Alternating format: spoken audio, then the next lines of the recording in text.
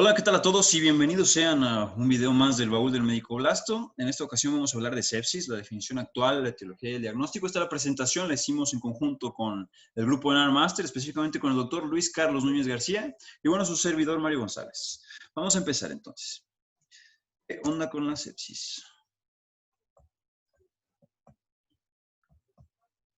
Bien, veamos los antecedentes un poquito de cuando empezamos a hablar de sepsis. Hubo un consenso desde 1990, empezaron a hacer estudios y terminaron publicando la definición de sepsis 1 en 1992, donde todavía no se incluían los criterios del SIRS, del síndrome de respuesta inflamatoria sistémica, como un parteaguas para la definición de sepsis, que tenía que cumplir con más de 2 de estos criterios. Después, en 2001, viene la segunda definición de sepsis y sacan un estudio, el EGDT, que era una terapia guiada por objetivos, donde New England Journal of Medicine sacó un artículo dirigiéndose a una evaluación de esta terapia guiada por objetivos y también hace una comparativa con el manejo estándar de la sepsis y vieron que había una significancia en cuanto al manejo por objetivos y que era mejor el manejo por objetivos, pero después se retractan en 2011 sacando otro artículo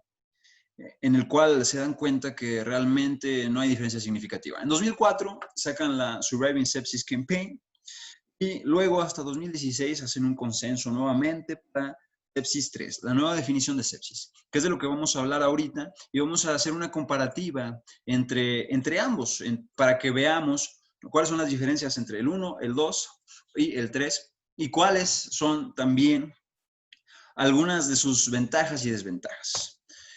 Después, bueno, en 2018 hay una actualización también del Surviving Sepsis, en el cual agregan algo llamado hora de oro. ¿Qué es la hora de oro o la hora feliz?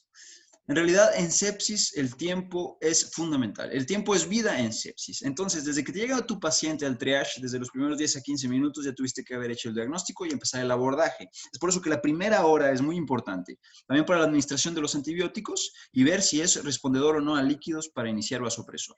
Porque por cada hora que no inicia antibiótico aumenta un 7.6% la mortalidad y por cada hora de no iniciar vasopresor cuando ya está en choque séptico el paciente, aumenta la mortalidad un 5.3%. Entonces, muy importante. ¿Cuál es la tercera definición de sepsis? Sepsis, según el Surviving Sepsis del 2016, es ahora considerada como una disfunción orgánica que pone en peligro la vida y que es causada por una respuesta disregulada, no regulada o una respuesta exagerada del huésped a la infección. Esto quiere decir que hay demasiada inflamación y que eso es lo que le está condicionando o lo que lo está llevando a la sepsis. Ahora vamos a hacer esta comparativa entre sepsis 1, sepsis 2 y sepsis 3. Fíjense que en sepsis 1 y en sepsis 2 todavía existían estos criterios de SIRS. Vamos a poner aquí el puntero. El puntero láser, excelente. Fíjense, la definición de los criterios del SIRS. Vemos cómo está la temperatura. Pone que una hipertermia o una hipotermia, una temperatura arriba de 38 o de abajo de 36 son criterios para una síndrome de respuesta inflamatoria sistémica. Una frecuencia cardíaca mayor a 90 latidos por minuto, una frecuencia respiratoria mayor a 22 respiraciones por minuto o una presión parcial de dióxido de carbono menor a 32 milímetros de mercurio. También nos toma en cuenta los leucocitos y si hay una respuesta con mayor de 12.000 leucos en una biometría hemática completa o menor a 4.000 y también más de 10% de bandas. Estos son leucocitos inmaduros que todavía no están aptos para ir a la batalla contra la infección, pero que como el cuerpo necesita la mejor caballería, los manda. Entonces, en sepsis 3 se eliminan los criterios del SIRS y se agregan los criterios del SOFA, que ahorita vamos a hablar de ellos. Con un SOFA mayor a 2 o igual a 2, tenemos la alta sospecha de que estamos ante una sepsis y nos habla también un poquito del resultado o el desenlace que puede tener el paciente.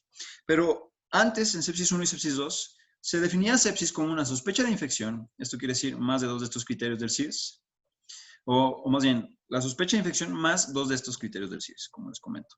Y sepsis grave se definía como sepsis, o sea, esto de acá, más disfunción orgánica. Eso se quita totalmente de sepsis 3, se elimina la definición de sepsis grave y solamente queda como sepsis, porque eso causaba mucha confusión. En realidad la sepsis siempre es grave, es una condición que pone en peligro la vida y tiene que tratarse como tal. ¿Va? Y el choque séptico, ¿cómo lo definía sepsis 1 y 2? Como sepsis más hipotensión refractaria a líquidos.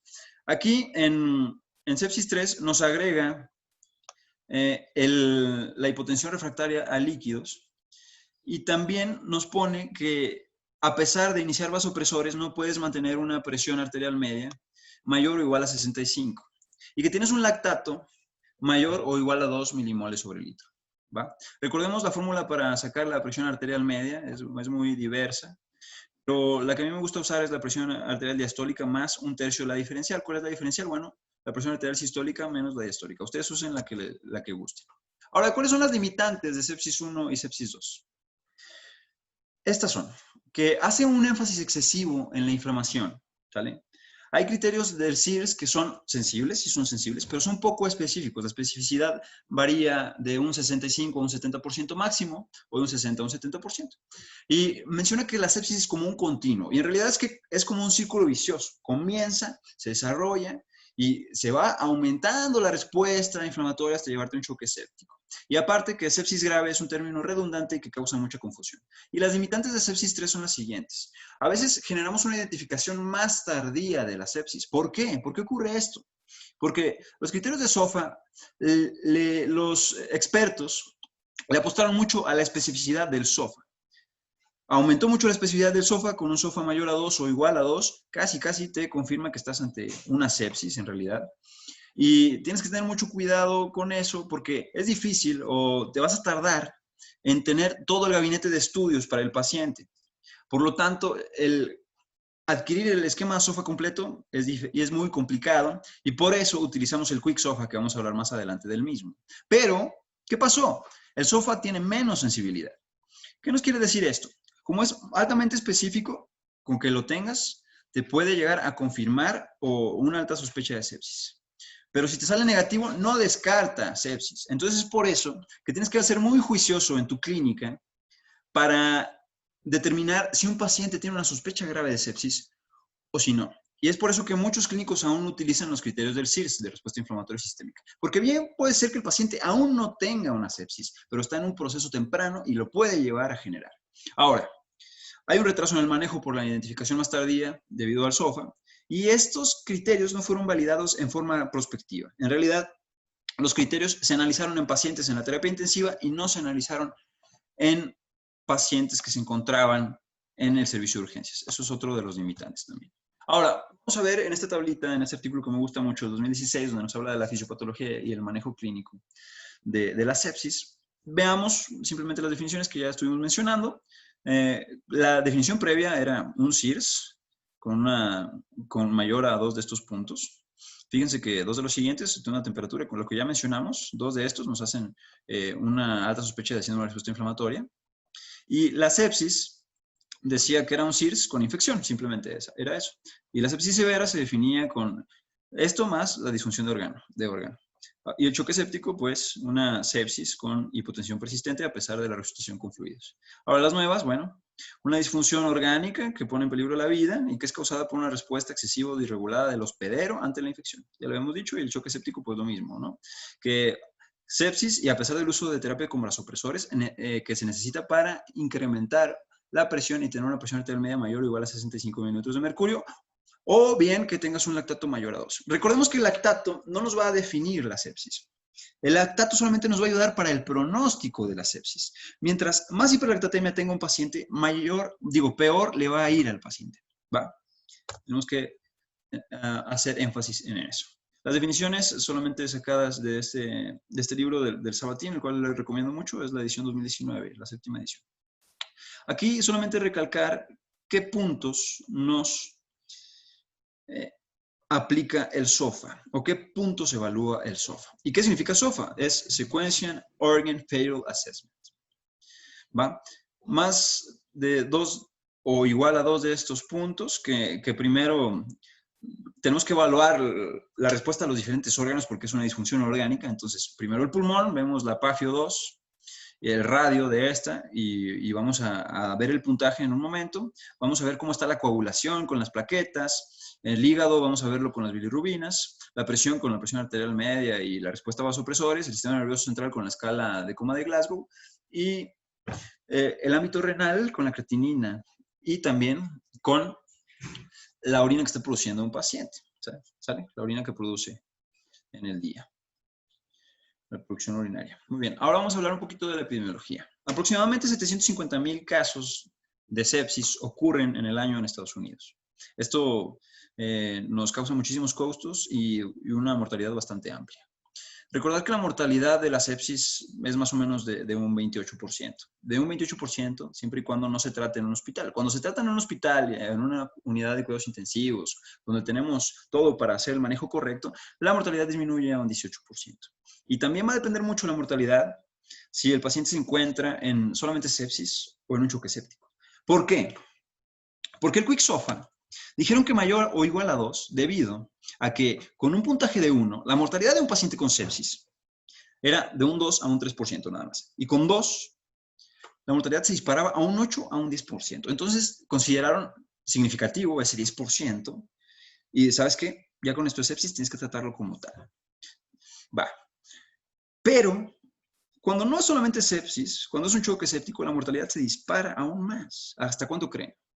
La mortalidad se dispara hasta un 40%. Entonces, es por eso que es muy importante. En Estados Unidos, Europa y Reino Unido, la sepsis se presenta entre un 0.4 y un paciente por cada 1,000 habitantes. Ahora, ¿cuáles son los grupos de riesgo? Personas mayores a 65 años. Ojo, estas personas mayores a 65 años. Se hace un estudio en Filadelfia, un estudio de 26 lugares distintos, de diferentes hospitales. Entonces se dan cuenta que las personas mayores representan solamente el 12% de su población, pero representan el 65% de los pacientes que presentan sepsis. Eso es muy, muy importante.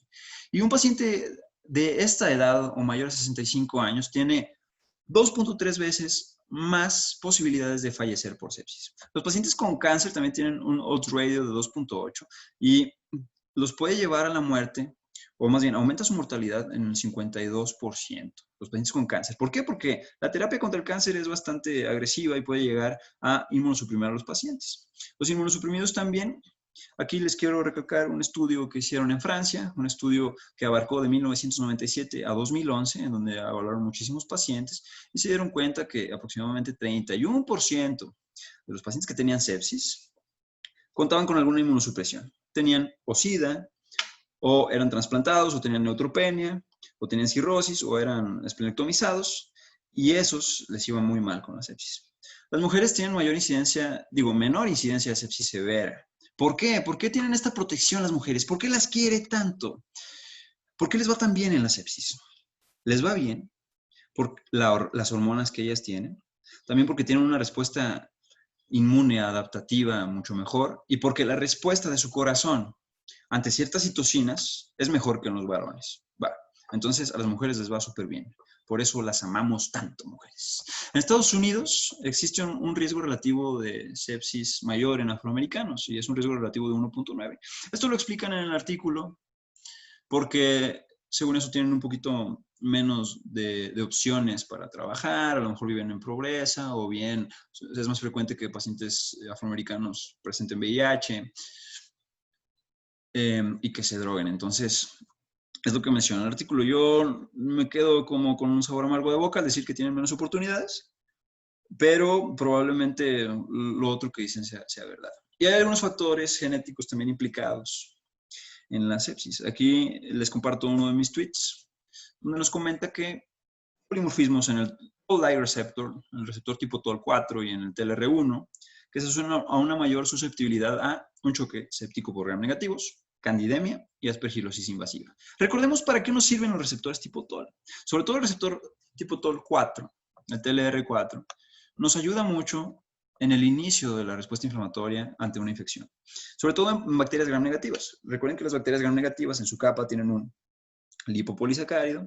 Este lipopolisacárido lo reconocen los Toll-like receptors tipo 4. O también tienen, por ejemplo, Neisseria, tiene un lipoligosacárido y este lipoligosacárido también lo reconoce Toll-like receptor. Y este oligosacárido nos puede llevar a generar una coagulación intravascular diseminada, una reacción de Schwannman, que es lo mismo, y pues una mortalidad más elevada aún. Ahora, es curioso que también polimorfismos de un solo nucleótido en esta posición 299 por un cambio de aspartato por glicina en este TLR4 puede conferir protección contra la malaria cerebral.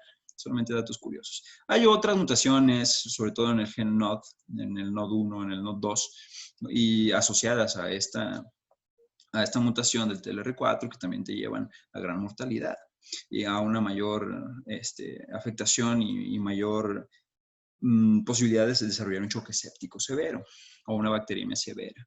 Y además, hay mutaciones que confieren protección, como la mutación en un receptor llamado FAS, que es una tirosinquinasa que se produce en el citosol, que ayuda a la adhesión leucocitaria. Entonces, confiere resistencia, sobre todo a neumonías por Streptococcus pneumoniae. Recordando, como dato curioso, el síndrome de Austrian es una neumonía muy severa por Streptococcus pneumoniae que te puede llevar a generar también meningitis y una pericarditis o una afectación cardíaca. Se compone de esa triada.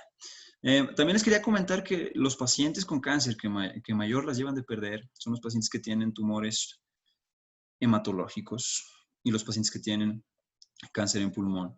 Les va muy mal. Los pacientes con cáncer de pulmón, en realidad su mortalidad a los 6 meses aumenta hasta un 77%. Sí, les va bastante mal. Ahora, hay factores de riesgo modificables como el consumo de alcohol. El consumo de alcohol se ha visto implicado ahí en una respuesta más severa. El consumo de tabaco, claro, y sobre todo con un síndrome de distrés respiratorio agudo. Y también con una neumonía, que es más frecuente que la generen estos pacientes por el consumo de alcohol, les puede generar una neumonía neumocócica también por Streptococcus pneumoniae. El déficit de vitamina D se vio con un riesgo relativo de 1.46 en este estudio, que también estaba implicada ahí en un mayor riesgo de sepsis. Y bueno, la vacunación disminuye, claro, la incidencia de sepsis, sobre todo si están vacunados contra Haemophilus influenzae, que es una de las bacterias que causa neumonía también. Bueno, hay algunas condiciones que simulan sepsis. En realidad, estas condiciones tienen datos de síndrome de respuesta inflamatoria sistémica. O bien puede que al principio no presenten alguna infección y después la infección se agrave o la infección se haga ver al clínico. Y estas son como la pancreatitis, la isquemia tisular, el trauma, la lesión del tejido quirúrgico, quemaduras, los tromboembolismos, las vasculitis, algunas reacciones farmacológicas, sobre todo cuando se presenta un síndrome neuroléptico maligno, procesos autoinmunes también, y neoplasias como el linfoma y la linfohistocitosis hemofagocítica. Ahora, en cuanto a la etiología de la sepsis como tal, veamos que va a ser diferente en hombres que en niños. En hombres tenemos que 64% de la sepsis tienen un foco pulmonar, 20% abdominal, 15% una bacteriemia en el tejido sanguíneo, 14% hay una afectación en el tracto genitourinario. Y en los hombres, en los cultivos que se hacen, se ve que 70% de los infectados tienen cultivos positivos, y de estos cultivos positivos, 47% son gram positivos, de estos un 20% son Staphylococcus aureus, tanto resistentes a meticilina como meticilina sensibles. Pero nos comenta el artículo que hasta con Staphylococcus aureus meticilina sensibles, la mortalidad puede ser muy alta, hasta un 50%. Ahora, 62% vieron que eran bacterias gram negativas. Dentro de estas, las más destacables fueron Pseudomonas, en 20%, y Escherichia coli en un 16%. Y 19% son hongos. Entonces tenemos que también sospechar un hongo siempre y cuando el paciente no responda a la terapia antibiótica y sigue con el cuadro de sepsis. Para esto nos sirve mucho determinar cómo está el 1,3 beta de glucano, que si está mayor a 80, hay que empezarle la terapia antifúngica, sobre todo pensando en cándida, porque cándida es el hongo que más frecuente se encuentra. Entonces, siempre pensarlo. ¿Y por qué pedimos ese 1,3 beta de glucano? Porque lo producen los hongos. Ahora, en los niños se vio este estudio, el SPROUT, que significa el SPROUT Point Prevalence Study of Pediatric Sepsis. ¿Sale? Este estudio ven a muchos bebitos y se dan cuenta que también los pulmones son el foco infeccioso más común en 40%, el tejido sanguíneo en 19%, el abdomen en 8% y el tracto genitourinario en 4%. Y después cuando hacen estudios ven que la mortalidad en niños es aproximadamente del 25% y les hacen cultivos a todos estos bebitos y ven que 28% eran por gram negativos, 27% por gram positivos, solamente había un porcentaje de variación, 13% eran hongos y de ese 13%, 12% era por cándida y 21% era virus. También importante, si sospechamos que nuestro paciente pueda tener alguna infección viral, iniciarle terapia con antivirales. Ahora, lo único que me gustaría que destacáramos aquí es que fíjense, en personas mayores o en adultos, los gram positivos son los más prevalentes. Y en niños los gram negativos, por poquito. Entonces, en eso vamos a enfocar nosotros nuestro tratamiento. Estos son los principales gérmenes que se aislaron en este review. Primero vean, está Staphylococcus aureus, tanto meticilina insensible como resistente. Staphylococcus epidermidis, Staphylococcus pneumoniae. Aquí el Staphylococcus pneumoniae, uno que va a ser sensible a vancomicina y otro que puede ser resistente a vancomicina. La E. coli, el Enterobacter, la Klebsiella, Pseudomonas, Acinetobacter, algunos anaerobios, la cándida, la aspergilosis y ciertos parásitos también estaban aislados. Y aquí vemos que, por ejemplo, en Norteamérica, pues era muy frecuente encontrarles Staph aureus, al igual que en Oceanía. Entonces, dependiendo de la prevalencia de infecciones en tu hospital y de la sensibilidad que tengan o no ciertos fármacos a las bacterias, va a ser la terapia, va a ser encaminada esa terapia. Para el diagnóstico, esta imagen que me gustaría que se llevaran a casa y que lo recordaran siempre, el tiempo es vida en sepsis. Si el tiempo es miocardio en un infarto, el tiempo es vida en sepsis. Recuérdenlo siempre. Es indispensable comenzar rápido el manejo de estos pacientes, porque eso está directamente relacionado con la mortalidad que van a tener y con su desenlace. Ahora vamos a ver qué onda con el Quick SOFA. El Quick SOFA es muy bonito, muy importante.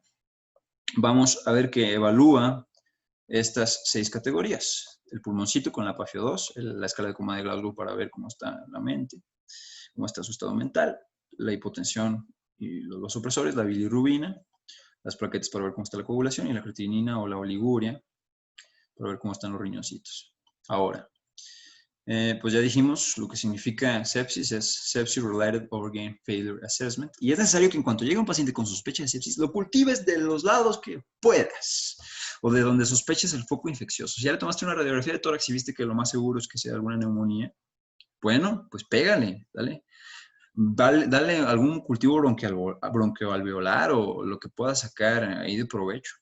Siempre es importante tomar hemocultivos, siempre y cuando no se retrase la terapia antibiótica más de 45 minutos. Si te tardas más de eso en tomar los hemocultivos, empieza la terapia antibiótica, porque acuérdate, el tiempo es vida. Y cultívale su orina, porque también es probable que tenga alguna infección de vías urinarias y no la estés tomando en cuenta. Tienes que hacer el diagnóstico los primeros 10 a 15 minutos, importante. Aquí está el SOFA desglosado, esto solamente para que lo tengan en cuenta, para que lo tengan ahí apuntado, para que lo recuerden. Fíjense que a veces es muy sencillo ver las progresiones que tiene cada uno de estos números y memorizarlos.